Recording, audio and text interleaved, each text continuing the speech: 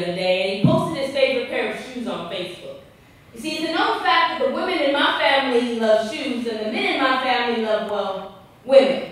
So she bought him 2 pairs of shoes. A pair of black Oxfords that screamed, "The ladies will love me," and a pair of silver stilettos that whispered, "The boys will too." I dare you to tell me what gender his soul was as he laughed with his aunt about which pair of sandals made him feel more Nefertiti instead of Pharaoh. You see, there's beauty in the irony of a prince that feels more regal as a queen. You see, my cousin is the ultimate copy in the body of an original. False eyelashes, fanning hazel gems. You see, he prefers the spotlight of stages over the darkness of closets. He dances like the monsters under his bed talk him too pretty and strong. He beats his face nightly like he's ready to take on this world one stage at a time. In my family, he is one of few gay men in America. He is one of hundreds of black boys born to die an endangered species. Being a transvestite is just another shade of invisible. In a nation that tells you where you can live, it determines who you can love. In a family that says how you love determines who will love you back. And I wish I loved men as strong as he does. He just got engaged, and some days I wonder if his suit will come with a matching garter belt. Will our family's secrets be thrown instead of rice? Will bow ties be caught instead of bouquets? Some days I just want to read him this poem, full of all the family shame that we swallow in mixed company, like, "I'm sorry.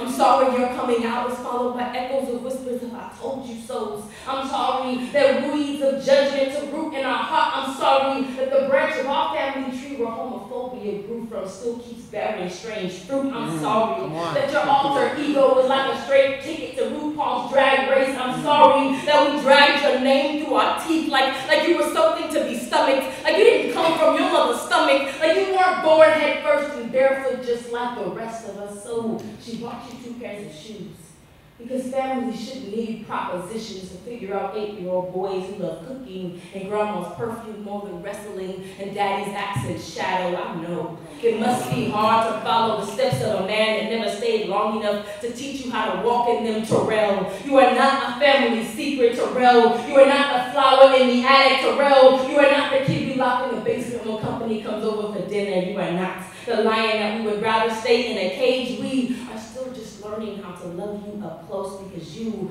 are the sashaying atom bomb that we were all so scared to detonate in our face. You are the demand for a round of applause from an audience that accepts you more than your own family does. Some days I love you, and some days I have to forgive myself for loving only parts of you instead of who you always were, a prince who just feels more regal as a queen. Honey, you will always be a queen. Honey, you will always be family. Honey, you will always be a king, no matter which pair of shoes you wear today.